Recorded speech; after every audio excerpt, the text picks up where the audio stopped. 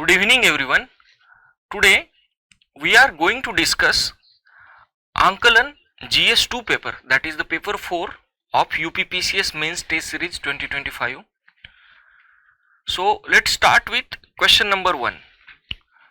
Before we start discussion for this GS2 paper, I want to highlight certain basic points which are to be followed during the answer writing of GS2, that is polity, social justice, governance, international relations. So कोई भी question GS2 का या polity का हम जब attend करते हैं तो उसमें सबसे पहले इंपॉर्टेंट पॉइंट क्या होता है, क्वेश्चन का सबसे बेसिक पार्ट क्या होता है, जो क्वेश्चन का कोर डिमांड है वो हमें अंडरस्टैंड करना है. Okay, core demand can be in 1 part और 2 पार्ट और 3 पार्ट इन सर्टन केसेस. तो हमारा पहला काम क्या होता है कि सबसे पहले हमें क्वेश्चन का जो कोर डिमांड है वो अंडरस्टैंड करना है. दूसरा पॉइंट क्या आता है जब हम स्टार्ट करते हैं कि रिगार्डिंग कि क्वेश्चन को हमें पार्ट्स और सब पार्ट्स में डिवाइड करना है, सब पार्ट्स में. ओके, तो that can be 1 part, 2 part, 3 parts. Okay, उसके बाद क्या आता है कि हमें क्वेश्चन को कंटेंट वाइज एनरिच करना है. ओके, हमें कंटेंट के साथ एनरिच करना है. ठीक है. सो उसके बाद जो इंट्रोडक्शन, बॉडी, कंक्लूजन है उसको अच्छे से वर्टिकल डिवीजन करना है. ओके, जब हम इंट्रोडक्शन लिखते हैं तो मान लो बॉडी पार्ट शुरू हो जाता है, उसमें पार्ट 1 है, पार्ट 2 है, पार्ट 3 है, तो हर एक का हमें हेडिंग देना है एंड एट द एंड हमें कंक्लूजन लिखना है. It is not necessary to write these words, that is introduction, body, conclusion, ये लिखना आवश्यक नहीं है. बट जो क्वेश्चन के अनुसार, जो कोर डिमांड के अनुसार है, उसके अनुसार हमें हेडिंग लिखने हैं. प्रेफरेबली अगर पॉसिबल हो आपको तो please try to make boxes to the heading. इसकी वजह से क्या होता है कि जो एग्जामिनर जो चेक करने जा रहा है उसका जो काम होता है इजी होता है. Being a student writing any answer, it is your fundamental duty to make the job of evaluator as easy as possible. Okay, तो सपोज अगर हम कोई क्वेश्चन लिख रहे हैं, फॉर एग्जाम्पल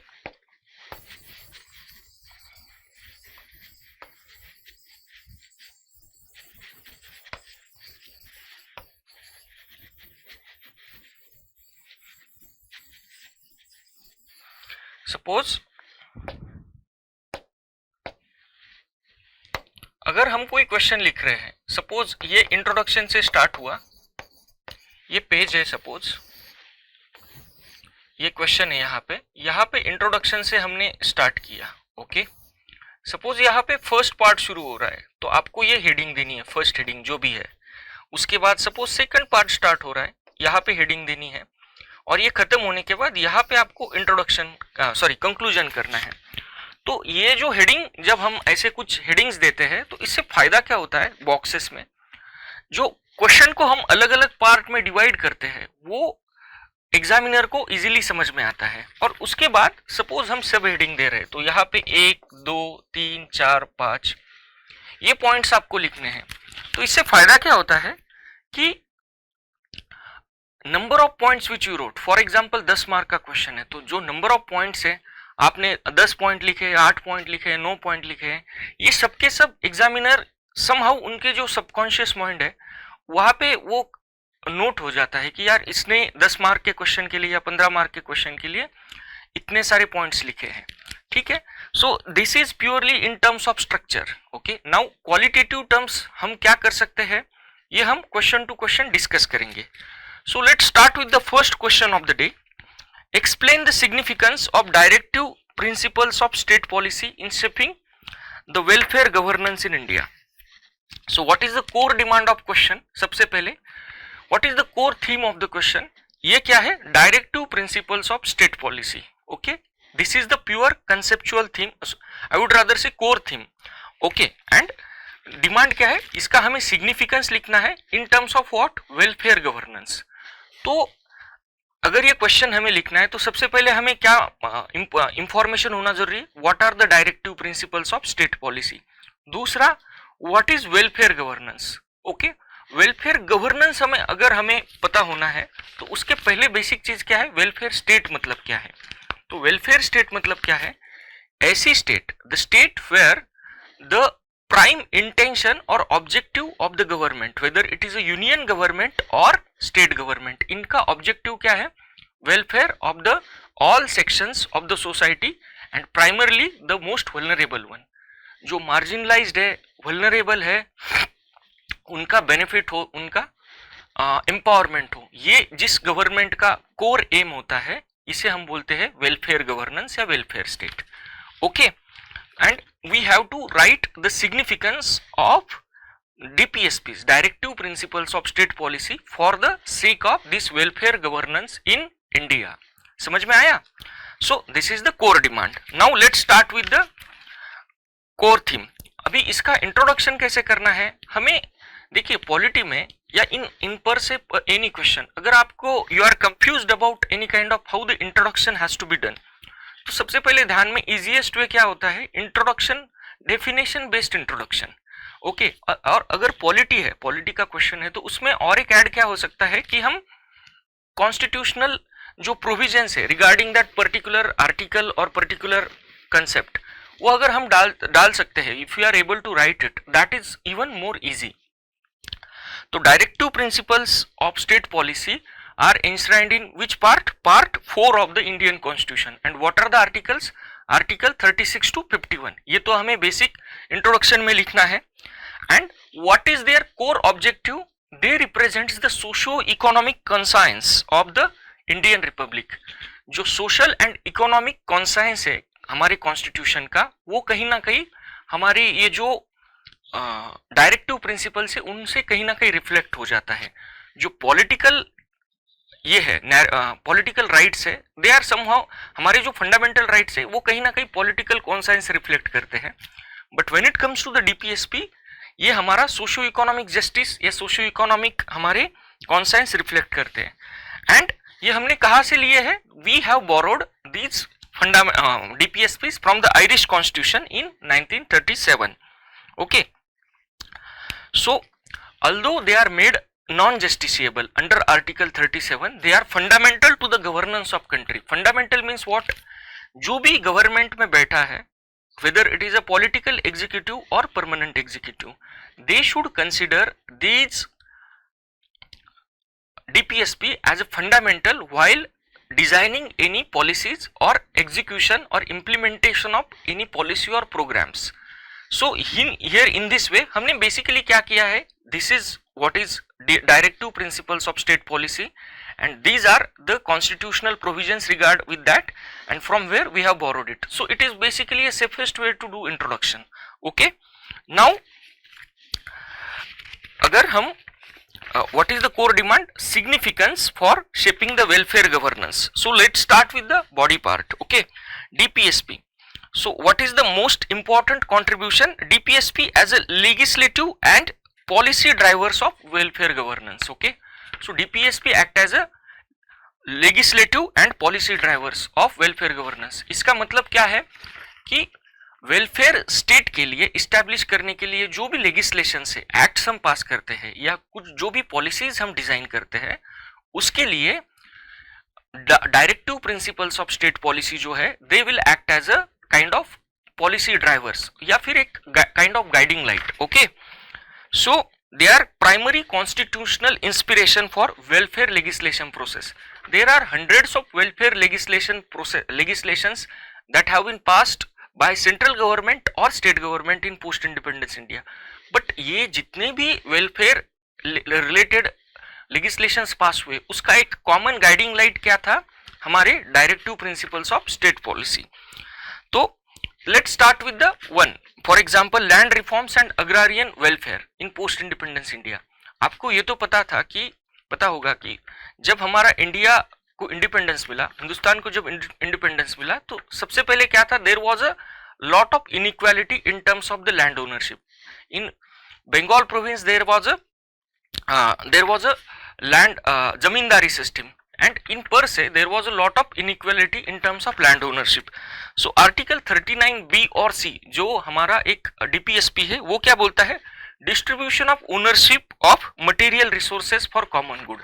तो हमारा जो कॉमन गुड है या कॉमन वेलफेयर है वो अचीव करने के लिए जो मटेरियल रिसोर्सेस है नेशन के, उनका एक डिस्ट्रीब्यूटिव जस्टिस होना चाहिए, and for that this article aspires.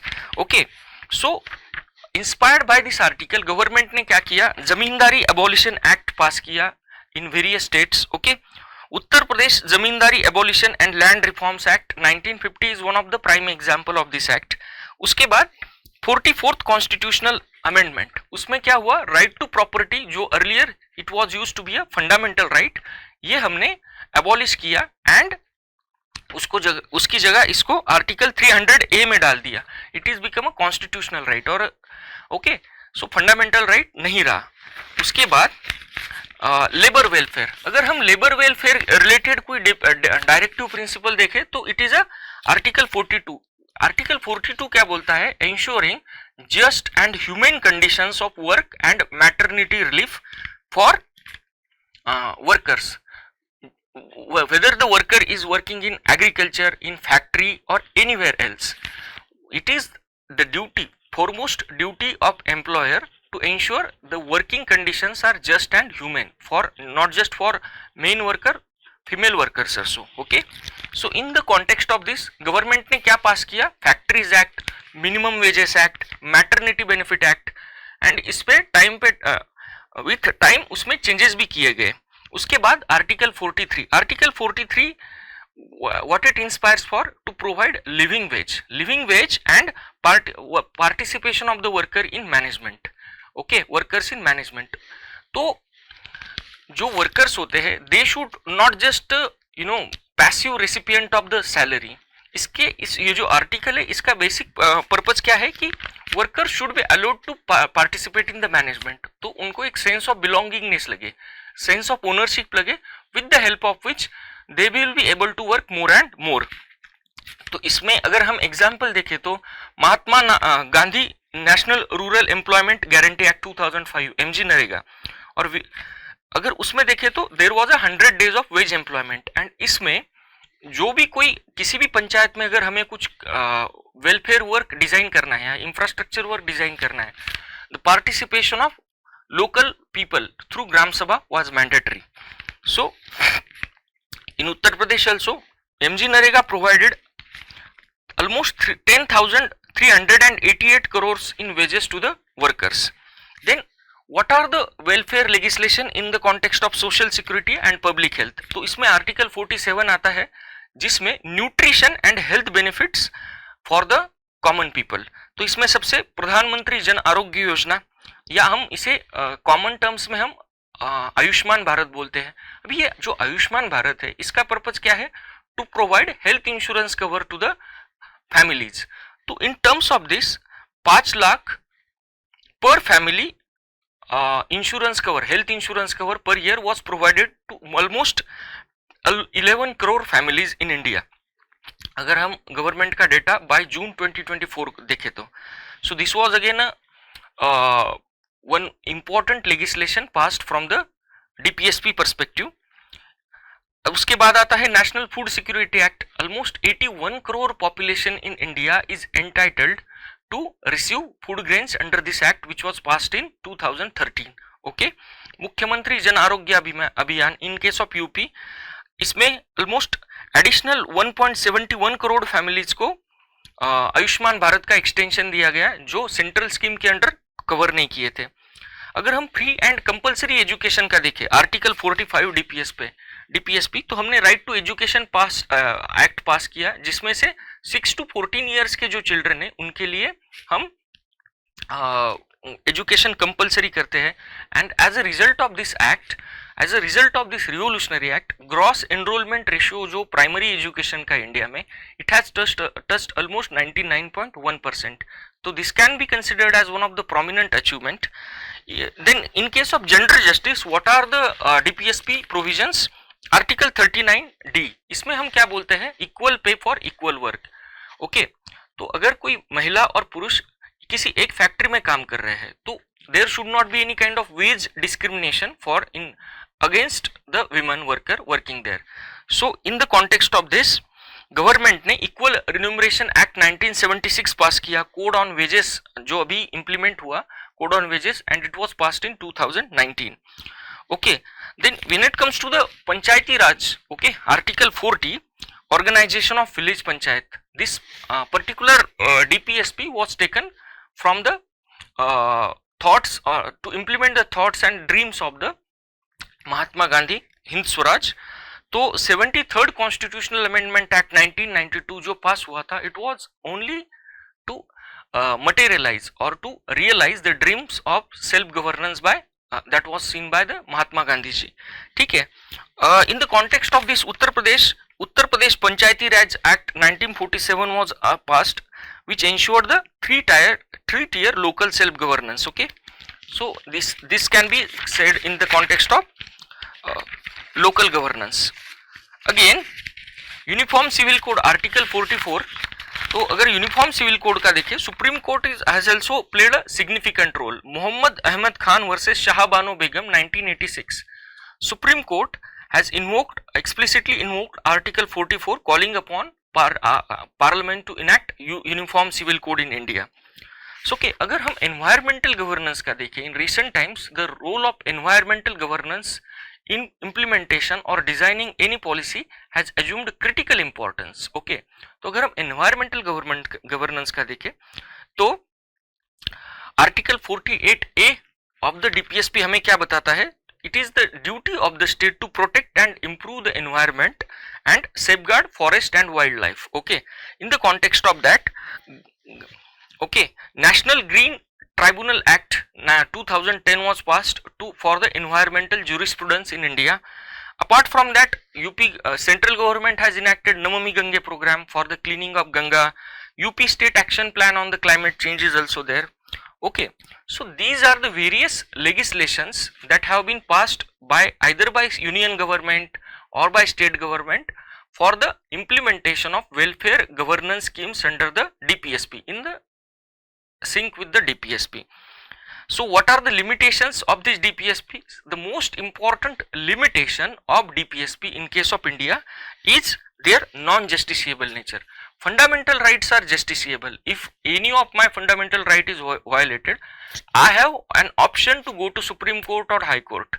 Okay, but in case of any DPSP is violated, I don't have any option unless and until there is any explicit law for the implementation of that particular DPSP. Then centralization of the welfare. So basically क्या है कि India में जो most of the welfare schemes है, centrally sponsored schemes or central schemes, there has been an absolute dominance of the union government in this, basically in designing or implementation. Implementation तो it lies with the state government, but in case of designing and funds, union government has a over proportionate say. So in that case there is a centralization of the welfare schemes. Second, ARC has also noted that DPSP inspired schemes suffer from implementation gap. Implementation gap means what? Whether there are exclusion errors or leakages, or there are non-implementation, there are lack of enough officials on the ground. Okay, so this is about the various limitations of the directive principles of state policy in case of India. Now ये हमने what we have seen, अगर हम इस question को हमने discuss किया है, इसमें सबसे पहले क्या है, हमने क्वेश्चन की जो कोर डिमांड है वो आइडेंटिफाई की कि व्हाट इज, फिर इंट्रोडक्शन में हमने क्या किया, what is DPSP, what are the relevant constitutional provisions from where we have borrowed this.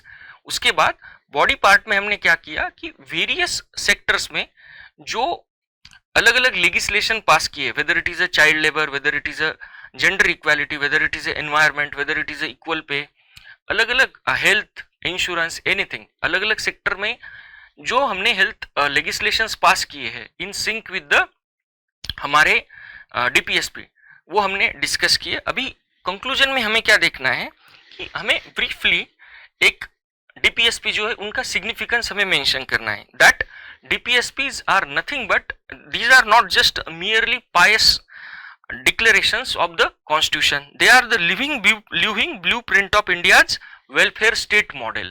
Okay, so they act as a living blueprint of the India's welfare state model or aspiration of the welfare state that was seen by the our constitution makers. Okay, अभी ये जो directive principles है, they have played a critical role in land reforms, labor rights, health insurance, environmental rights. Okay, so they have played a critical role in post independence India in policy designing, legislative enactments, and as of now when it comes to the implementation of the DPSP and relevant legislations, whatever the fund function or any kind of lapses are there, we need to work upon it in terms of course correction. अभी ये course correction 2 से 3 प्रकार के हो सकते हैं कि पहले तो हमारे प्रोग्राम इम्प्लीमेंटेशन में गैप्स क्या है वो आइडेंटिफाई करने के, उसके बाद अकॉर्डिंगली हमें जो सेल्फ करेक्शन करना है लॉ में वो करने का, और फाइनली इम्प्लीमेंटेशन करना. This should be the kind of conclusion in this question. So this is about the first question. Now let's start with the second question. Examine the role of digital governance initiatives in improving transparency and accountability in public administration. मैं फिर से एक बार question पढ़ता हूँ. Examine the role of digital governance initiatives in improving transparency and accountability in public administration. तो अगर हम देखें, what is the core theme of this question? Second question, digital governance. Digital governance is the core theme. Okay, उसके बाद what is the core demand? That we are supposed to write what is the role of this digital governance in ensuring two things. एक तो क्या है, transparency in public administration. Second is accountability. Okay, अभी देखिए ये question लिखने के लिए हमें 3 चीजों का नॉलेज होना मैंडेटरी है. पहला तो क्या है, व्हाट इज डिजिटल गवर्नेंस. दूसरा क्या है, what is transparency in the context of public administration. तीसरा क्या है, what is the accountability in the context of digital governance. Basically this transparency and accountability are not just governance concept but are intricately related to the ethics also. So सबसे पहले क्या है, हमें again we can start with the definition based approach. What is digital governance or what is e-governance? It is use of information and communication technology to deliver government services, exchange information and integrate transactions. So basically information और communication जो technology है उसका हम public administration में 2 से 3 प्रकार के मतलब यूटिलाइज कर सकते हैं. ओके, सबसे पहले क्या है, delivering of government services. Example क्या है, हमें कोई कास्ट सर्टिफिकेट चाहिए, ई सर्टिफिकेट चाहिए, हम क्या करते हैं, कॉमन सर्विस सेंटर पे जाते हैं. ओके, और वहां से वो अप्लाई करके we can digitally get that certificate. Exchange information, for example we are applying for any government form. Okay, तो हम क्या करते हैं, we will go to that state PCS website and we will fill up the form. उसमें हमारी जो personal information है, degree information है, everything we will fill it up. Integrate transactions. Integrate transaction means what? Suppose government wants to give me some kind of remuneration or subsidy. तो हमारे वो account के प्रधानमंत्री जनधन योजना का जो अकाउंट है उसमें से वो आएगा. So exchange transaction. या फिर मुझे कोई गवर्नमेंट एग्जाम की फीस भरनी है तो व्हाट आई विल डू, मैं ऑनलाइन पे करूंगा. So it's kind of use of information and communication technology for the e governance. Okay, e governance for government services, exchange of information या integrate transaction. सो हमने क्या किया, एक बेसिक इंट्रोडक्शन किया. मैंने आपको जो इंट्रोडक्शन डेफिनेशन के अलग अलग कंपोनेंट है उसके बारे में भी थोड़ा डिटेल बता दिया. Now government has started with Digital India Mission, okay, in 2015. So इसके basic purpose क्या था Digital India Mission का? It has basically 3 pillars: digital infrastructure, digital services and digital literacy. तो digital infrastructure means what? Bharat net का आपने नाम सुना होगा. ओके, भारत नेट के थ्रू गवर्नमेंट ने क्या करना चाहा कि पूरी इंडिया में जो ग्राम पंचायत है उनको हम एक फाइबर नेट के थ्रू हम कनेक्ट करेंगे और फिर हर ग्राम पंचायत को इंटरनेट कनेक्टिविटी हो जाएगी। दूसरा डिजिटल सर्विसेज, जैसे कि मैंने बताया digital services weather it is about the getting your certificate from common service center, digital literacy means basically means what कि where all components of the society or all sections of the society should have knowledge, basic knowledge of operation of the digital technology. For example हम mobile के through अगर कुछ form भरते हैं तो that is kind of digital literacy. हम कोई computer का ऑपरेट करना जानते हैं, okay, that is kind of digital literacy. तो that is like a basic components of the digital literacy. Okay, so this was the introduction. हमने introduction में क्या किया कि ई गवर्नेंस का डेफिनेशन किया, एक डिजिटल इंडिया मिशन जो गवर्नमेंट का एकदम प्रोमिनेंट फ्लैगशिप इनिशिएटिव है उसके बारे में इंफॉर्मेशन दी। Now let's come to the core demand of the question, that is the role of digital governance in ensuring transparency and accountability. Okay, so the first digital governance and transparency. So basically जैसे कि मैंने कहा था शुरुआत में कि transparency means what, transparency means availability, accessibility and intelligibility of the government information to citizens. I again repeat, availability, accessibility and intelligibility of government information to citizens. कोई भी किसी भी प्रकार की गवर्नमेंट इंफॉर्मेशन हो, until and unless it is classified, it should be available to citizens. For example, कोई रास्ते का काम है, it is of 50 lakh cost. For example, कोई रास्ते का काम है तो गवर्नमेंट का जो इंफॉर्मेशन है, किस कॉन्ट्रैक्टर को दिया, on which parameters it has been given, रास्ते का इंफ्रास्ट्रक्चर का काम कब शुरू हुआ, उसके बाद कितने दिन में कंप्लीट हुआ, व्हाट इज द क्वालिटी, कितने इंस्पेक्शंस हुए, किसने किए, ये सारी जो इंफॉर्मेशन है it should be made suo motu available, मतलब government should proactively disclose it. Accessibility, accessible means what कि जो कॉमन सिटीजन है उसको ही शुड हैव एनी मीन कि मुझे कहाँ पे जाना है, कैसे, मुझे कौन से वेबसाइट पे जाना है, कैसे इंफॉर्मेशन मिलेगी वो। और उसके बाद इंटेलिजिबिलिटी, मतलब वो समझना चाहिए, it should be like not be very technical information कि which is beyond understanding or beyond comprehension of common citizen. Okay, so this is nothing but the transparency, availability, accessibility and intelligibility of the government information to the citizen. Okay, now what is the core answer or core body part of this answer? Proactive disclosure through open data. Okay, role of digital governance in transparency, proactive disclosure through open data. इसमें सबसे क्या है, open government data platform data.gov.in। Okay, इसमें government ने क्या किया है, it has calculated और integrated 6000 data sets across the various ministries, okay, enabling citizen civil society to scrutinise government performance. तो गवर्नमेंट में ये जो data.gov.in पे है, अलग अलग 6000 टाइप के अलग अलग डेटाबेस यहाँ पे suo motu डिस्क्लोजर किए, with the help of which common citizen can go there and see the performance. RTI online portal, तो अगर हमें किसी भी प्रकार की कुछ आरटीआई फाइल करनी है तो we have to go to this RTI online portal and कम से कम 110 सेंट्रल मिनिस्ट्रीज या डिपार्टमेंट है उनके बारे में हम आरटीआई फाइल कर सकते हैं। प्रगति, प्रगति is a proactive governance and timely implementation. It is the Prime Minister's monthly ICT based platform for reviewing the implementation status of the flagship programs of the central government. तो basically इसमें क्या करते हैं, prime minister various states के जो chief secretaries है उनके साथ मंथली इंटरेक्शन करते हैं और जो भी इम्प्लीमेंटेशन का स्टेटस है उससे रिलेटेड हम ये कर सकते हैं। उसके बाद transparency in the financial sphere, public financial management and transparency. Okay, तो इसमें हम क्या करते हैं, we track the expenditure of all जो कॉमन सिटीजन है, पब्लिक फाइनेंशियल मैनेजमेंट सिस्टम जो सेंट्रल गवर्नमेंट की central sector and centrally sponsored schemes है।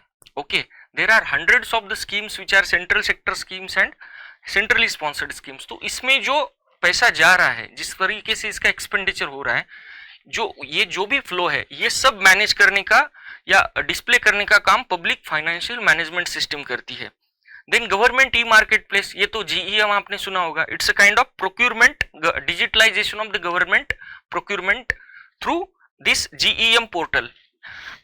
जो भी सपोज कोई माइक्रो स्मॉल मीडियम इंडस्ट्रीज हो, तो इनके थ्रू गवर्नमेंट जो प्रोक्यूरमेंट करती है, जो उनके मंथली रिक्वायरमेंट है या ईयरली रिक्वायरमेंट है, this all happens through this GM portal. Okay, direct benefit transfer, for example there is a scheme, Ladli Behna scheme है, तो गवर्नमेंट जो ट्रांसफर करती है ये डायरेक्ट बेनिफिट ट्रांसफर के थ्रू ही करती है, directly deposited in the account of that particular lady.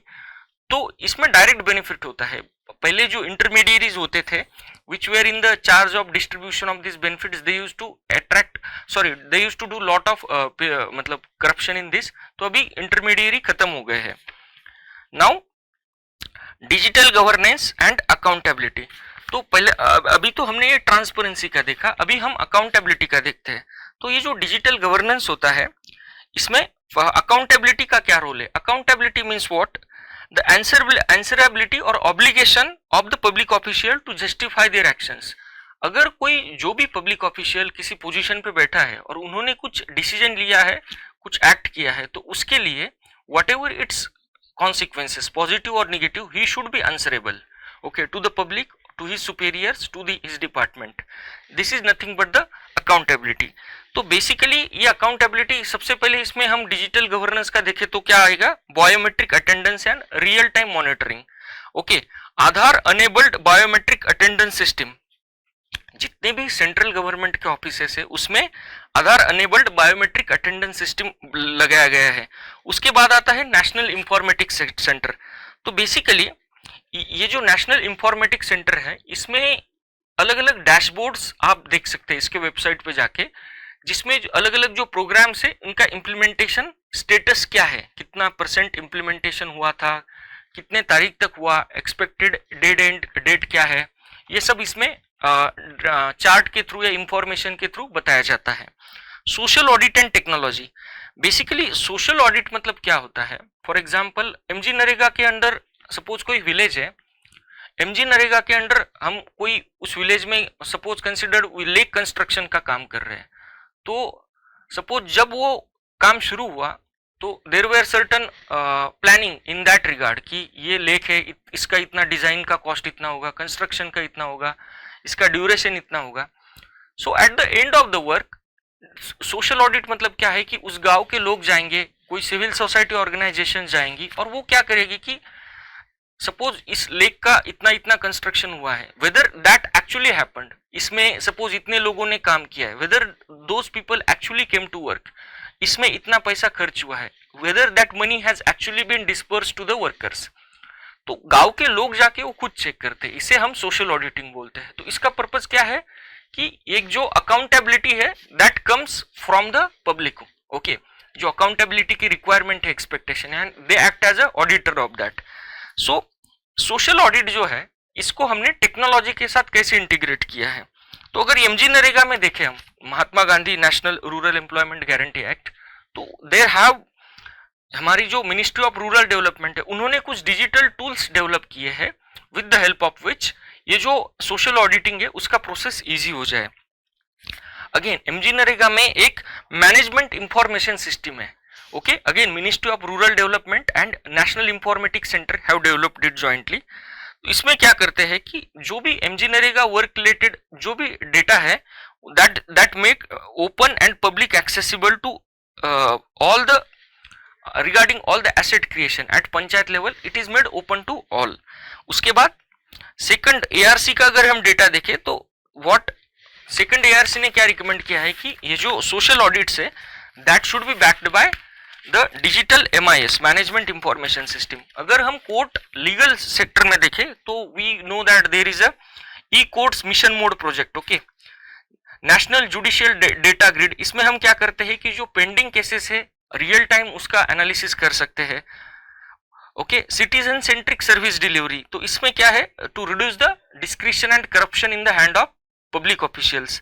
तो उमंग प्लेटफॉर्म है जिसमें 1200 प्लस गवर्नमेंट सर्विसेज जो है उनको हमने सिंगल मोबाइल प्लेटफॉर्म में इंटीग्रेट किया है। DigiLocker, again it's very common initiative nowadays, common service center with the help of which we can go and apply for exam और we can go and apply for any scheme to be beneficiary. Okay, grievance redressal का अगर हम देखें तो इसमें CP grams portal जो है, centralised public grievance redress monitoring system, तो इसमें हम क्या कर सकते हैं कि सेंट्रल गवर्नमेंट के खिलाफ हम कंप्लेंट्स फाइल कर सकते हैं any department. Okay, in case of UP also there is a Uttar Pradesh integrated grievance redressal system, तो इसे हम कॉमन भाषा में जन सुनवाई पोर्टल भी कहते हैं, to file complaint against any government department. Okay, so these are the various initiatives, digital governance initiatives to ensure the accountability of the public। हमने अलग अलग सेक्टर में देखे, लीगल सेक्टर में देखे, हमने एमजी नरेगा सेक्टर में देखे, ग्रीवेंस रिड्रेसल में देखे। अभी देखिए, before we conclude this question, हमें सबसे इंपॉर्टेंट क्या देखना है कि व्हाट आर द चैलेंजेस। तो सबसे पहले डिजिटल डिवाइड है। ओके, रूरल ब्रॉडबैंड पेनिट्रेशन जो है वो काफी कम है, अनइवन है ऑल ओवर इंडिया में, नॉर्थ ईस्ट में तो ऑलमोस्ट निग्लिजिबल है। साइबर सिक्योरिटी रिस्क, हमारा जो सर टीम है, okay, computer emergency response team, उनका अगर हम डेटा देखें तो 2023 में there were 14 lakh cyber security attacks on the government website. Okay, data privacy, again Puttaswamy judgement 2017 का देखें तो privacy is a fundamental right, और अगर हम किसी बेनिफिशियरीज का डेटा कलेक्ट कर रहे हैं for any government program purpose, तो it is the duty of government to protect it. Okay, because there is a breach of privacy if that particular website और department is hacked. Okay, capacity gaps, okay, digital governance का अगर हम देखें तो required amount of जो trained human capital है वो हमारे पास नहीं है। Okay, so these are the brief challenges in the way of digital governance in India। Now अगर हमें कंक्लूड करना है तो हमें एक सिग्निफिकेंस जो है या एस्पिरेशन ऑफ डिजिटल गवर्नेंस है उसके साथ कंक्लूड करना है एंड वे फॉरवर्ड। सो अगर digital governance is not merely a technological upgrade, it is a constitutional imperative for transparency, accountability and citizen dignity in India. Okay, and what it demonstrate the citizen first approach to reduce the corruption and improving the implementation of the welfare schemes in India। So this is how we can conclude by mentioning the significance and way forward। Okay, now this is about the second question। Now let's go to the third question, discuss the significance of cooperative federalism in the functioning of Indian political system। Okay, now what is the question?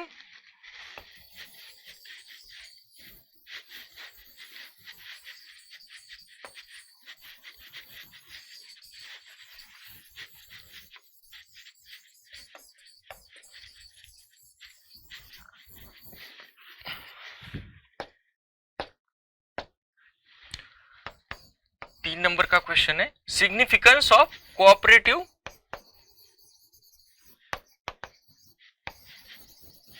Federalism in the context of Indian political system.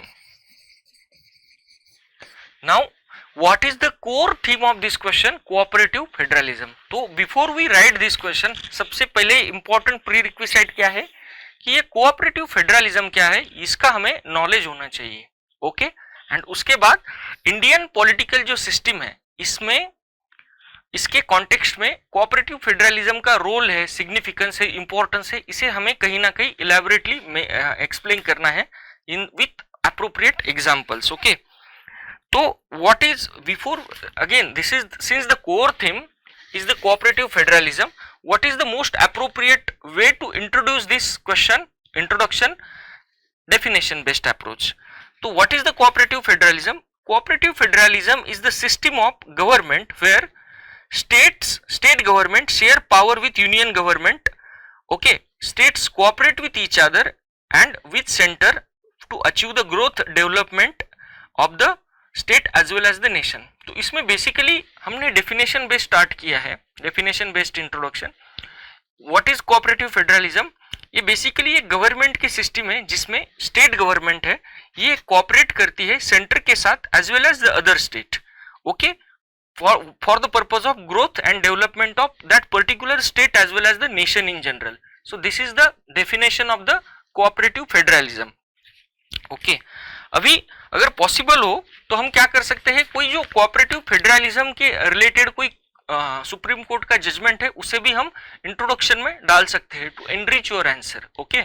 तो इसमें अगर हम देखें तो supreme court in state of Rajasthan versus union of India in 1977 affirmed that Indian Union is federal in meaningful sense, okay, and cooperative federalism where national, state and local governments work collaboratively to address the shared challenges represent the operative ideal of the constitutional design.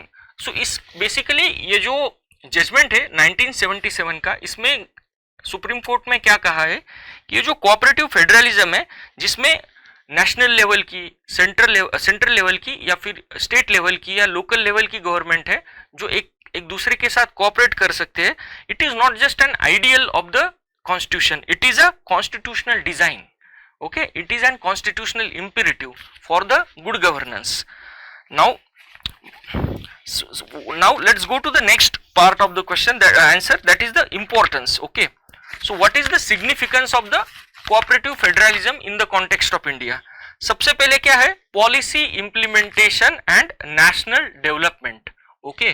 तो policy implementation और national development में cooperative federalism का क्या role है, ये हम अभी point two point देखेंगे. तो देखिए, कोई भी नेशनल प्रोग्राम हो, फ्लैगशिप प्रोग्राम हो, it can not succeed without genuine centre state cooperation, okay. अगर हम महात्मा गांधी नरेगा, एमजी नरेगा का एग्जाम्पल देखें तो this MG Narega, I am again and again I am coming to MG Narega, the reason being it was one of the most prominent or most effective flagship program of the central government since 2005, okay. So जब ये start हुआ था, it was considered as largest rural development program globally all over the world, okay. It is legislated centrally. This particular program was legislated centrally but implemented entirely through states and panchayat, local level panchayat raj institutions, okay. And thus the success of this program exemplifies the cooperative federalism. National health mission, okay, जो national health mission था, it was again, इसमें centre और state का जो cost distribution था, it was around 60-40, okay. And this prove to be the effective in what sense कि India का जो इन्फेंट मोर्टेलिटी रेट था, below infant mortality rate 58 per 1000 in 2005, it was in 2005 it was 58 infants per 1000 births, okay. Now in 2021 में 2021 में it came down to the 27. In developed state like Kerala or Maharashtra or in Gujarat it is even further low, okay, like 14 or 13, okay. National health mission का education policy का अगर देखें NEP 2020, तो इसमें states को काफी ज्यादा responsibility दी गई है इन terms of redesigning the curriculum of the state या फिर टीचर्स ट्रेनिंग इंस्टीट्यूशंस हो. Aspirational district program again which was started in 2017-18, which covered almost 112 backward districts of India, जिसमें यूपी के 8 districts थे. Again it operates through center state district convergence, demonstrating cooperative federalism even at sub state level, okay. Now let's go to the fiscal federalism, okay. Now cooperative federalism की जो fiscal dimension है उसका हम fiscal federalism बोलते हैं. तो इसके लिए फिस्कल फेडरलिज्म का सिग्निफिकेंस क्या है कोऑपरेटिव फेडरलिज्म के कॉन्टेक्स्ट में. तो फाइनेंस कमीशन, अगेन आर्टिकल 280, जो फाइनेंस कमीशन है, it is the constitutional pillar of fiscal cooperative federalism in the fiscal sphere.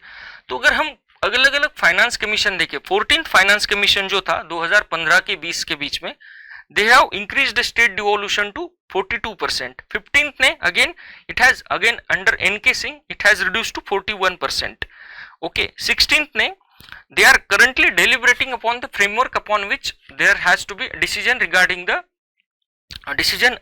the divisible pool of share of taxes has to be taken, Okay, GST Council again one of the important bright example of the fiscal cooperative federalism in context of India. Okay, institutional mechanisms क्या है India में regarding cooperative federalism? Again NITI Aayog which plays a crucial role in the implementation or strengthening of cooperative federalism. It has a governance council which brings together the chief ministers of the various state and again prime minister, various cabinet minister. Okay, now अगर important dimension देखें cooperative federalism की तो वो है disaster management. तो कोविड-19 में जब crisis हुआ था, इन दैट टाइम सेंटर और स्टेट ने जिस तरह से कोऑर्डिनेट किया to tackle this crisis, that was again considered as one of the significant example of the center state cooperation or cooperative federalism in the context of India. Okay, whether it was a vaccine procurement and policy, state, okay, center has controlled the vaccine procuration and policy, again state has managed through distribution and health infrastructure. So these are the various sections or dimensions through which cooperative federalism has worked wonders in case of India. Now हम briefly इसके challenges देखते हैं. सबसे पहले क्या है? centralizing tendencies of the union government. तो again let's start with the centrally sponsored schemes. अगर centrally sponsored schemes का हम देखें तो इसमें 60 to 40 division होता है generally, but इसके जो grants होते हैं वो tied grants होते हैं. tied मतलब क्या कि central government state government को अलग अलग कंडीशंस देती है which have to be implemented if they want to receive their share. Okay, तो बिकॉज ऑफ दिस स्टेट का जो ऑटोनॉमी है वो कहीं ना कहीं रिस्ट्रिक्ट हो जाता है. ओके, गवर्नर्स रोल, अगेन हमने अगर देखा है कि जहां पे भी अपोजिशन पार्टीज की गवर्नमेंट है, there in that case there have been a constant friction between the governor's office and chief minister's office, whether it was Tamil Nadu, whether it was West Bengal, we have constantly seen that. Political federalism versus the fiscal federalism, तो जहाँ पे centre और state में opposition parties की ये है government से, there we often see that the state government often alleges that यहाँ पे we are being not given our due money from the center. So again it is there. Capacity asymmetry, many smaller states basically जहाँ पे उनके resources limited है, they do not have enough resources to implement the centrally sponsored schemes. Okay, so now basically cooperative federalism जो है it is not merely a, अगर हम conclusion में जाए तो it is not just a constitutional ideal, it is the operational imperative or governance imperative in India's complex, diverse and developmentally unequal political system. ठीक है, so whether it is a GST और MG NREGA, okay, और disaster management, India's most consequential governance achievement जो है, अगर हम कोविड-19 का भी देखें तो it happened only because of the genuine centre state cooperation. Okay, so cooperative federalism जो भी अलग अलग स्ट्रेसेस है या चैलेंजेस है, that has to be tackled through the institutionalisation of the dialogue between centre and state, fiscal equity between different states according to their strength and capacities, and constitutional restraint and not the political convenience of the center as well as the state.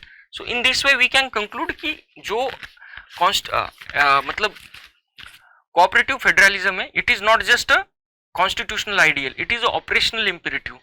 और उसमें हम अलग अलग दे सकते हैं examples दे सकते हैं, नीति आयोग हो, नीति आयोग की गवर्नेंस काउंसिल हो, कोविड-19 की मैनेजमेंट हो, या फिर एमजी नरेगा इम्प्लीमेंटेशन हो, ये जो भी है, all these significant achievement in case of programme have only occurred only because of the genuine center state cooperation, and whatever the limitations or challenges we need to overcome that for achievement of the Vikasit Bharat by 2047. So this is the discussion regarding the question number 3. Now let's go to question number 4. How does the Right to Information Act strengthen the democratic accountability in India? Okay, so what is the question? How does the RTI has strengthened democratic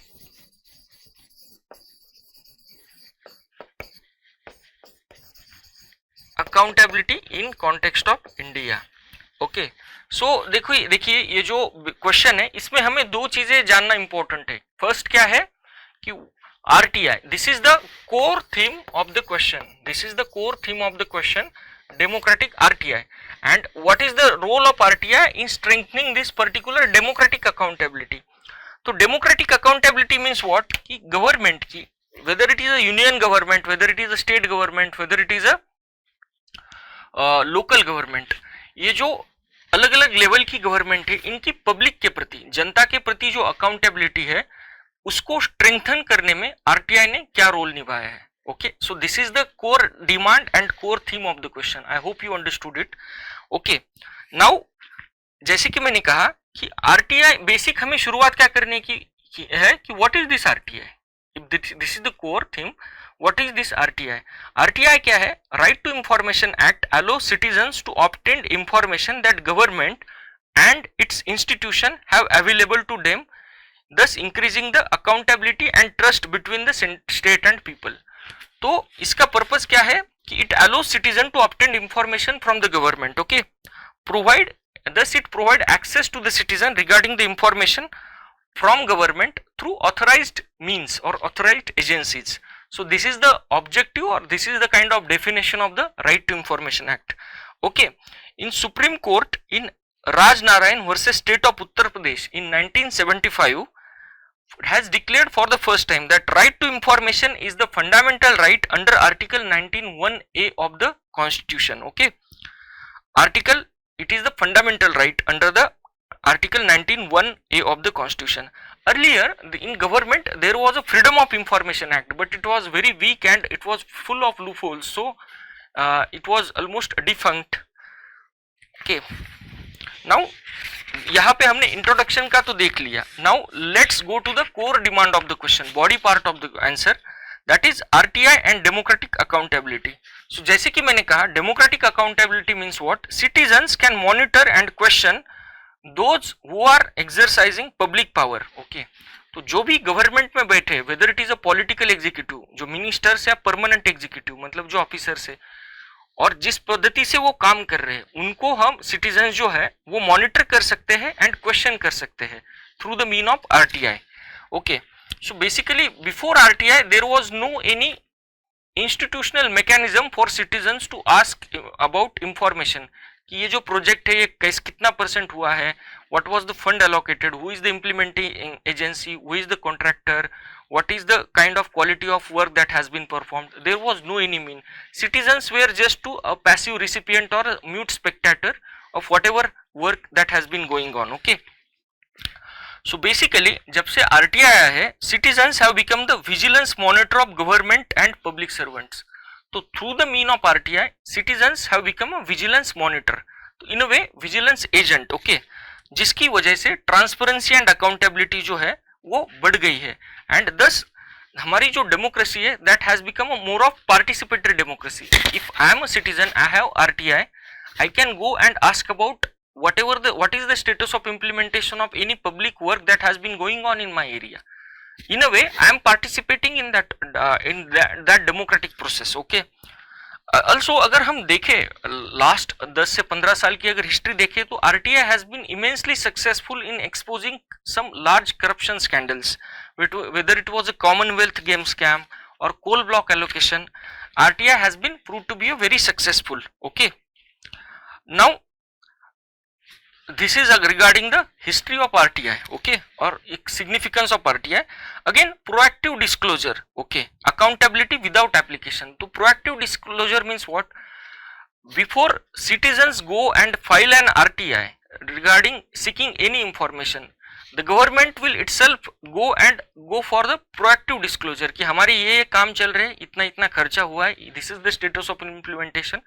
Government itself become a proactive disclosure of the information. तो ये जो right to information act का जो section 4 है ये proactive disclosure mandatory करता है. तो public authorities must publish the organisational structure, functions, duties, budgets, ये खुद से पब्लिश करना है. Okay, open government data platform, RTI mandated disclosures. Okay, now role of RTI in ensuring the electoral and political accountability. तो right to information जो act है उसका election related and political जो पार्टीज है उनका अकाउंटेबिलिटी इंश्योर करने में क्या क्या रोल रहा है उसके बारे में बात करते हैं। Association for democratic reforms versus union of India 2013।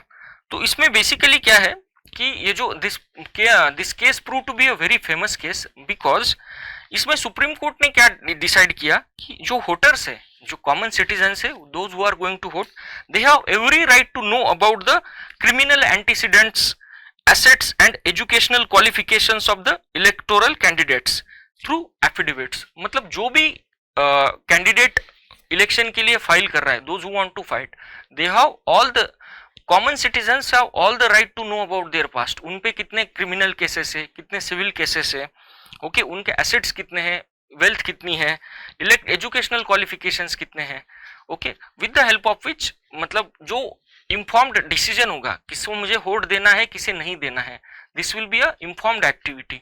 Okay, RTI applications filed with election commission has also proved successful in exposing the electoral bonds. अभी इलेक्टोरल बॉन्ड स्कीम्स अभी डिमोलिश हो गई है, सुप्रीम कोर्ट ने डिमोलिश की, but it was a hugely opaque scheme जिसमें किसी भी पॉलिटिकल पार्टी को अगर कोई कॉर्पोरेट फंडिंग दे रहा है तो common people had no right और no any mean to inquire that. Okay, so ये जो इलेक्टोरल बॉन्ड स्कीम है in ADR, again association for democratic reforms versus union of India 2024 में Supreme court has quash down this scheme. Okay, so in this way now common citizen have right to know कि कितनी political party को जो funding आ रही है, कहाँ से आ रही है, कौन से कॉर्पोरेट ने दिए है। Accountability in public finance and welfare delivery, तो जो पब्लिक फाइनेंस है या वेलफेयर गवर्नेंस है उसमें रोल क्या है। Citizens have used RTI to demand expenditure statements from gram panchayat. तो जो ग्राम पंचायत लेवल पे जो वेरियस प्रोग्राम इंप्लीमेंट किए जाते हैं उसके जो एक्सपेंडिचर स्टेटमेंट है ये आरटीआई के थ्रू मांगे जा रहे हैं।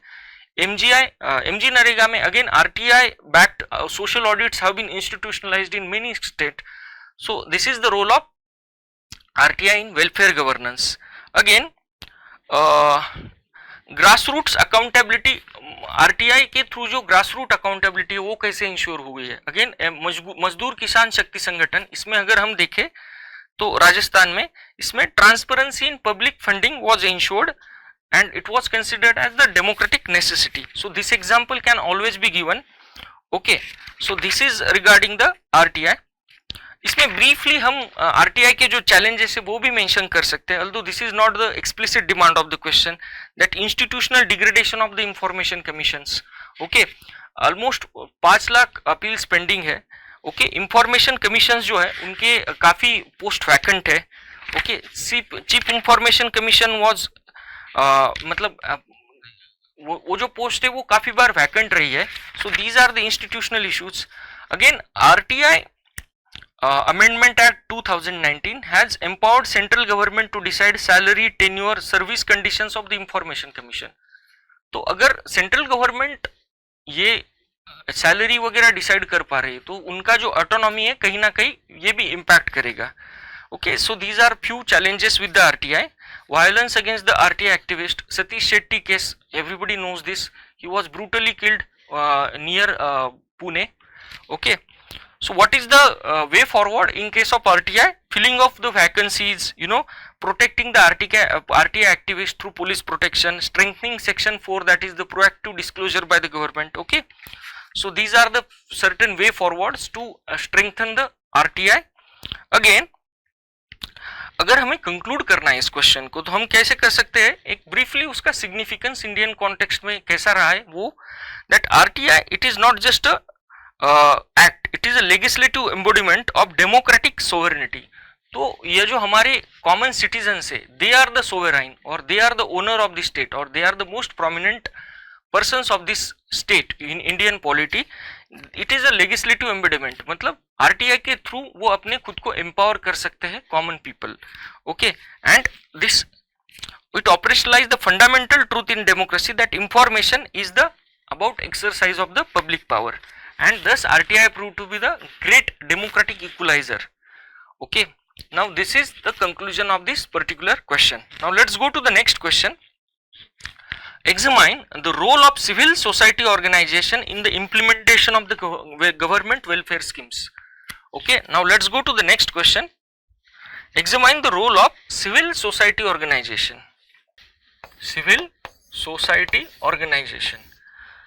in implementation of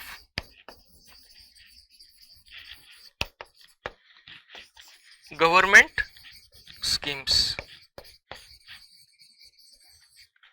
okay, so इसका कोर थीम क्या है? अगर हम इस क्वेश्चन को देखें तो core theme is revolves around the civil society organization.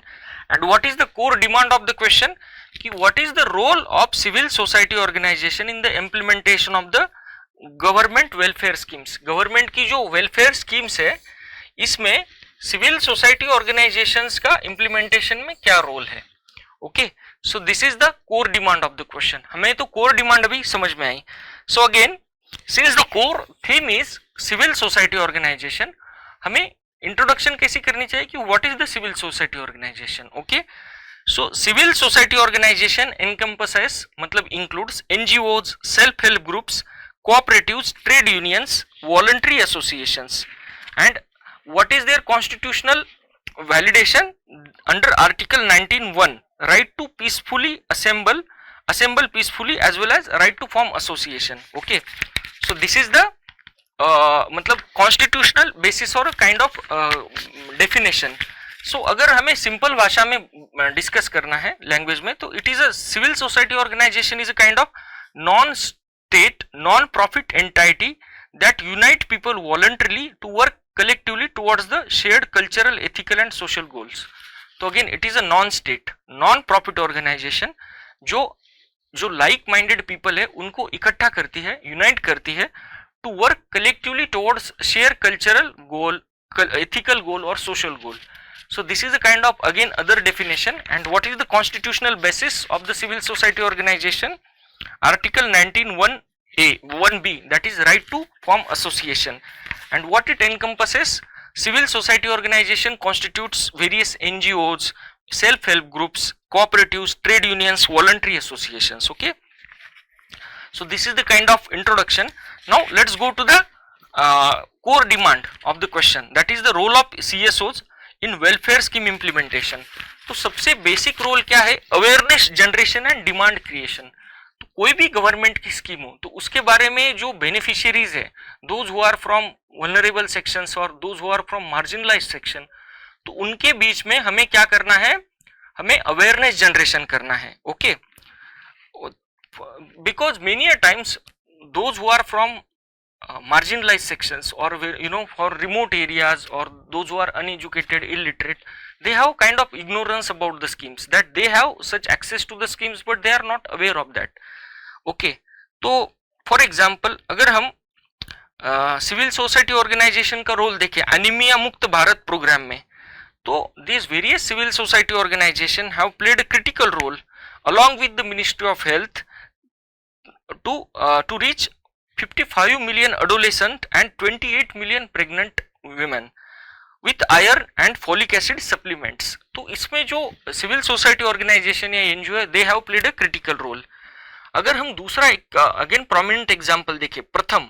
Okay, this Pratham NGO has partnered with the state government to improve the foundational literacy and numeracy outcomes under the national education policy 2020. Again इनका जो report है, annual status of education report, ASER report. Okay, it has this assay report has found a place in even economic survey, so much of its validity or authenticity. It's a kind of citizen led survey of school education that provides data regarding government policy, provides data and thus helps government for policy correction. तो कितने percent बच्चों को जो foundational literacy है उसमें मतलब how much percentage of the children can read, can do the basic maths calculations. This survey is regarding that, and this is found to be a very important role for government for policy correction. Okay, last mile delivery of the services and service co-production. So many a times these CSOs for or NGOs have proved to be the co-producers of the welfare services. Okay, बहुत बार ऐसा होता है कि just it rather than just helping government in implementation, they themselves, NGOs themselves become the producers और suppliers of the welfare services. अगर सेवा का देखें, self employed women association of Ahmedabad, that in this 3.2 million informal workers across the country, okay, उनको उसमें integrate किया गया है and they have been given information और help assistance regarding the social security scheme of the informal women workers, okay, whether it is employ मतलब insurance benefit हो, maternity benefits हो, okay, ये जो अलग अलग लॉ इंप्लीमेंट हुए हैं इसमें सेवा ने, सेल्फ एम्प्लॉयड वीमेन एसोसिएशन, उन्होंने बहुत अच्छा रोल निभाया है। Kudumbashree in Kerala, again this is very prominent NGO, government supported community network, जिसमें गवर्नमेंट ने क्या किया है कि वेलफेयर डिलीवरी हो, ओके, वेलफेयर स्कीम्स की डिलीवरी हो, इसमें विमेन का इकोनॉमिक इम्पोर्टेंस हो या मेल न्यूट्रिशन हो, इसमें जो women lead self help groups है इसका क्रिटिकल रोल इंश्योर किया है, ओके। जब विमेन की थ्रू सेल्फ हेल्प ग्रुप कोई इकोनॉमिक एम्पावरमेंट होती है तो उसमें क्या होता है कि अलग अलग जो सोशल इल्स है, माल न्यूट्रिशन हो या फिर डॉरी हो या फिर मतलब एडोलेसेंट लेवल के जो गर्ल्स है उनके जो एनीमिया रिलेटेड बीमारीज हो, ये सब टैकल करने में काफी इंपॉर्टेंट रोल आ जाता है, okay. Social audit and accountability, जो गवर्नमेंट की स्कीम्स है, ओके, उनका जो सोशल ऑडिट है and to ensure the government accountability, इसमें एनजीओज का क्या रोल है। Again I would like to give example of the मजदूर किसान शक्ति संगठन which was led by the जन सुनवाईज, ओके, अरुणा रॉय, इन्होंने जन सुनवाईज पब्लिक हियरिंग्स की शुरुआत की 1990s में, ओके, जहां पे विलेज में जो गवर्नमेंट स्कीम्स का वर्क हो रहा है, फॉर एग्जांपल नरेगा वर्क हो रहा है, national rural employment related work हो रहा है, उसका पब्लिकली मतलब उसका जन सुनवाई होता था कि कितना काम हुआ है, कितना पैसा खर्च हुआ है, कितने बेनिफिशियरीज रहे हैं, ओके, अगर कुछ थेफ्ट हुआ है क्या, there is any kind of beneficiaries, bogus beneficiaries, इसका जन सुनवाई होता था। एंड दिस मजदूर Kisan Shakti Sangathan have prove to be a game changer in this. Then policy advocacy and legislative influence, तो पॉलिसी एडवोकेसी में या लेजिस्लेटिव इन्फ्लुएंस में एनजीओज का या फिर सिविल सोसाइटी ऑर्गेनाइजेशन का क्या रोल है। अगेन जो मजदूर किसान शक्ति संगठन था, इन्होंने ये जो जन सुनवाई है या सोशल ऑडिट्स है, इनको मतलब इनको और इंस्टीट्यूशनलाइज करने के लिए आरटीआई के बारे में मतलब आरटीआई को रीइंफोर्स किया and as the effort of their MKSS campaign, RTI act 2005 was passed. Again उसमें और कोई एग्जांपल देना है तो People's Union for Civil Liberties versus union of India, जो राइट टू फूड है, ओके, जो हमने नेशनल फूड सिक्योरिटी एक्ट 2013 हमने जो पास किया, इसको पास करने के लिए ये जो people's union of civil liberty है, एनजीओ है, एंड उन्होंने काफी क्रिटिकल रोल प्ले किया and as a part of this various operationalization of various food security schemes, government has finally enacted this NFSA, okay.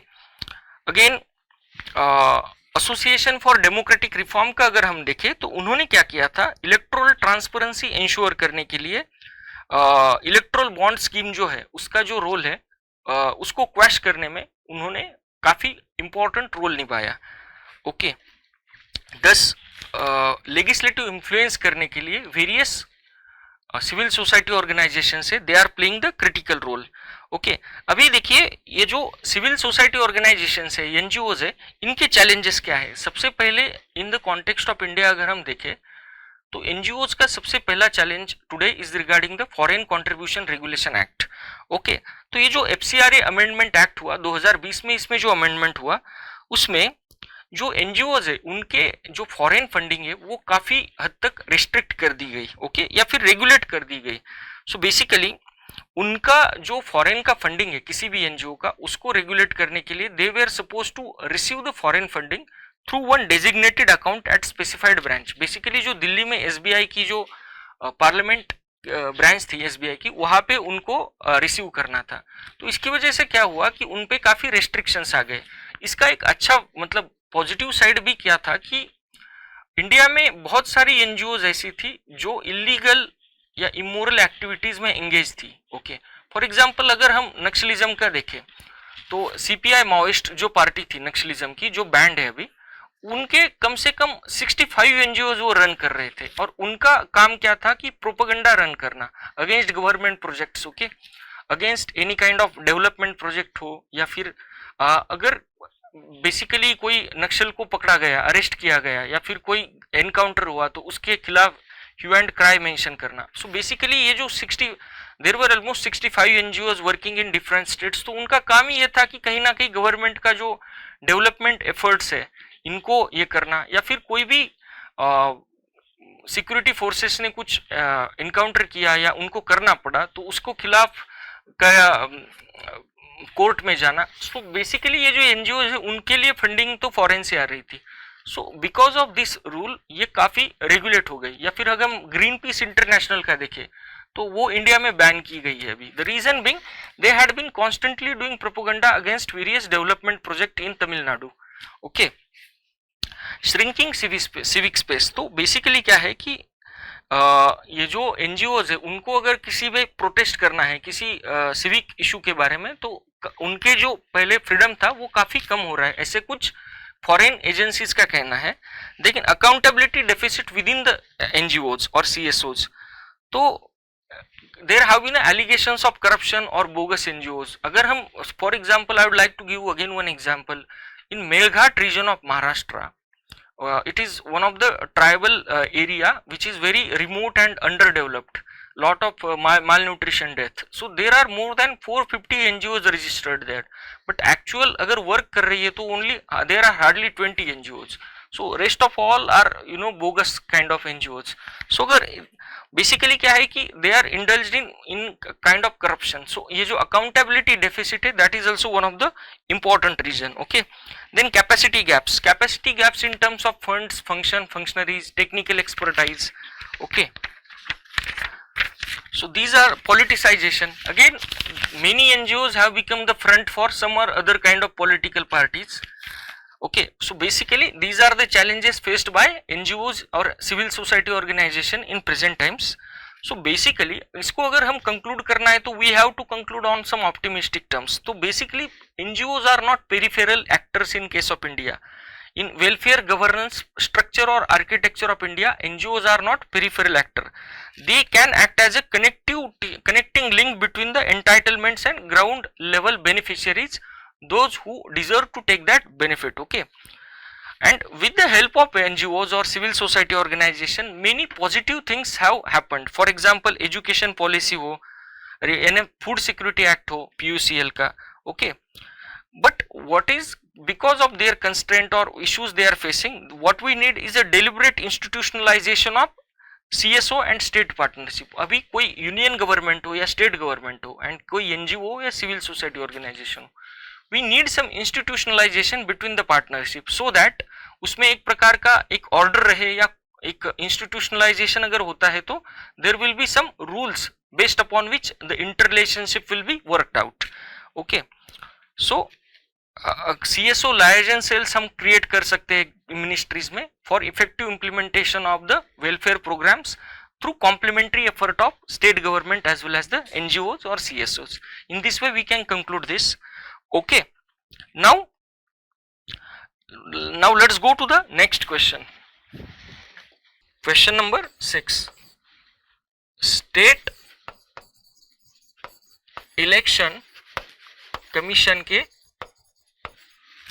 Power and functions हमें discuss करने हैं।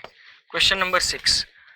Okay, so basically इस question का जो core theme है that is again the state election commission.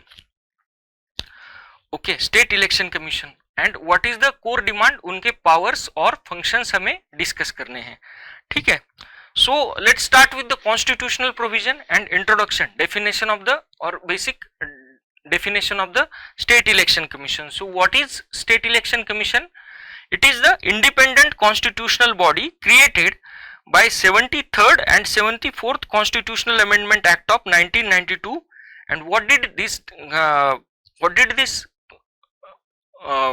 constitutional act was about? It was giving constitutional status to panchayati raj institutions and urban local bodies under the part 9 and part 9A of the constitution in India.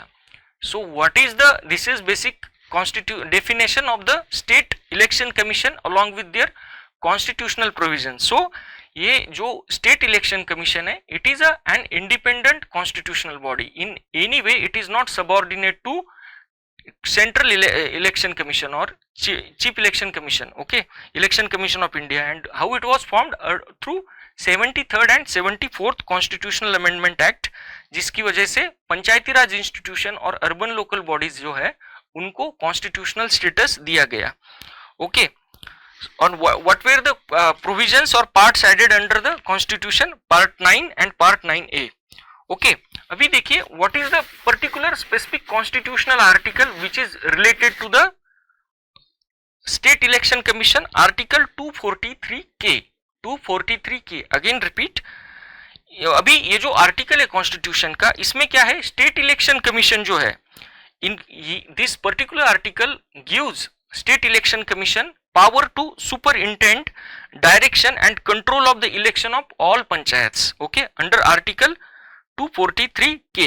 and again 243ZA जो है extend same mandate to all municipalities election.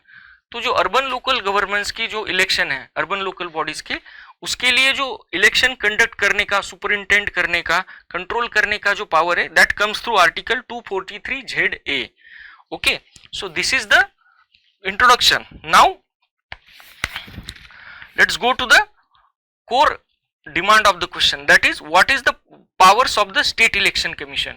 What are the powers of the state election commission? तो इसमें सबसे पहले क्या है, superintendence, direction and control of the elections of Panchayati Raj institution as well as the urban local bodies. तो article 243K जो है, okay, ये इसका काम क्या है, superintendence, direction, control. Okay, and same powers under article 243K and ZA has as the election commission of India. Okay, so basically state Panchayati Raj institution and urban local bodies की election conduct करने का काम ये करता है. देन इलेक्टोरल, इसमें अलग अलग प्रकार के काम होते हैं. अगर कोई भी पंचायती राज इंस्टीट्यूशन या इसका कोई हमें ये करना है तो अलग अलग प्रकार के काम है. इसमें क्या है, इलेक्टोरल रोल प्रिपरेशन. ओके, जो स्टेट इलेक्शन कमीशन है उसका काम क्या है, superintends preparation and periodic revision of the electoral rolls of gram panchayat, kshetra panchayat, जिला पंचायत, नगर पंचायत, नगर पालिका परिषद. तो ये जो पंचायती राज इंस्टीट्यूशंस है एट वेरियस लेवल्स, उनका जो इलेक्टोरल रोल है, इसको प्रिपेयर करने का और उसको रिवीजन करने का काम जो है ये स्टेट इलेक्शन कमीशन करता है. कंडक्ट ऑफ इलेक्शन, जो इसके इलेक्शंस है इसको कंडक्ट करने का. फिर इसमें क्या क्या आता है कि जो इलेक्शन का शेड्यूल है वो डिसाइड करने का, अलग अलग रिटर्निंग ऑफिसर्स हमें अटेम्प्ट करने के, रिपोलिंग, अगर किसी बूथ में कुछ इलीगल प्रैक्टिसेस हुई है वहां पे रिपोलिंग करवाने का. Okay, model code of conduct. इसमें मॉडल कोड ऑफ कंडक्ट में क्या है कि जो स्टेट इलेक्शन कमीशन है, it issues and एनफोर्सेस the model commission. Issue करने का काम भी स्टेट इलेक्शन कमीशन का है और इसे एनफोर्स करने का काम भी है. So and it is binding on political parties, okay, state government and machinery. So इसमें मतलब बेसिकली ये जो मॉडल कोड ऑफ कंडक्ट है, या इसे हम आचार संहिता भी बोलते हैं, तो इसमें क्या होता है, गवर्नमेंट जो है, स्टेट गवर्नमेंट है, they cannot announce any schemes. State government cannot announce any new schemes to placate the voters, to उनको ऐसे अनड्यूली इम्पैक्ट नहीं होना चाहिए. Okay, government resources cannot be used for electioneering. तो जो पॉलिटिकल पार्टीज के leader है, for example those who are in power, they cannot use government resources. Okay, उसके बाद उत्तर प्रदेश में स्टेट इलेक्शन कमीशन जो था, उन्होंने model code of conduct panchayat election के लिए अक्रॉस ऑल 75 डिस्ट्रिक्ट इंश्योर किए थे. ठीक है, delimitation of ward and constituencies. Delimitation मतलब restructuring in terms of area and population. Reservation of the seats, जो इम्प्लीमेंटेशन ऑफ रिजर्वेशन मतलब whether it is for scheduled caste, scheduled tribes and OBCs, sorry महिला women के लिए जो अलग अलग प्रकार का रिजर्वेशन है एज पर द एक्ट्स, उसको इम्प्लीमेंट करने का काम है. अभी इसमें चैलेंजेस क्या है, बेसिकली सबसे पहले autonomy deficit. Okay, governor appoint state election commission with the aid and advice of the chief minister. तो it is but obvious that chief minister या फिर कोई गवर्निंग पार्टी है, अपने फेवर के लोगों को वो अपॉइंट कर सकती है, those who are in their close मतलब association. Delayed election, so basically क्या होता है कि स्टेट गवर्नमेंट बाय सम और other reason try to delay the मतलब political reasons try to delay the elections to the Panchayati Raj institution. State election commissioner जो है उनको लिमिटेड सेक्रेटरीट पावर है, they have don't have their own resources, own staff, they have to borrow it from the state government, okay, which again creates the conflict of interest many times। Ward का जो delimitation है, जो मतलब structural या फिर area wise delimitation है, reorganisation है, ये डिले होता रहता है। Okay, so these are the various issues faced by state election commission।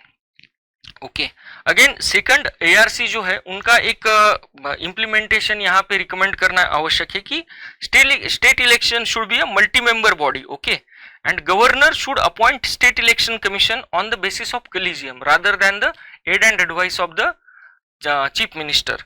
Okay, so basically अगर हमें इसे कंक्लूड करना है तो हमें एक बार सिग्निफिकेंस मेंशन करना है that the state election commission is the guardian of the grassroots democracy in India to ensure the free, fair and periodic elections of the third tier of governance, okay, and thus the strengthening of the state election commission is a constitutional imperative aligned with strong institutions SDG 16 of India to ensure the vision of democratic governance reaching every village। so basically हमें एक बार फिर से उसका significance लिखना है और उसको strengthen करने की आवश्यकता mention करनी है। Okay, so we have discussed 6 questions. Rest of the questions will discussed in second half of the lecture. Thank you.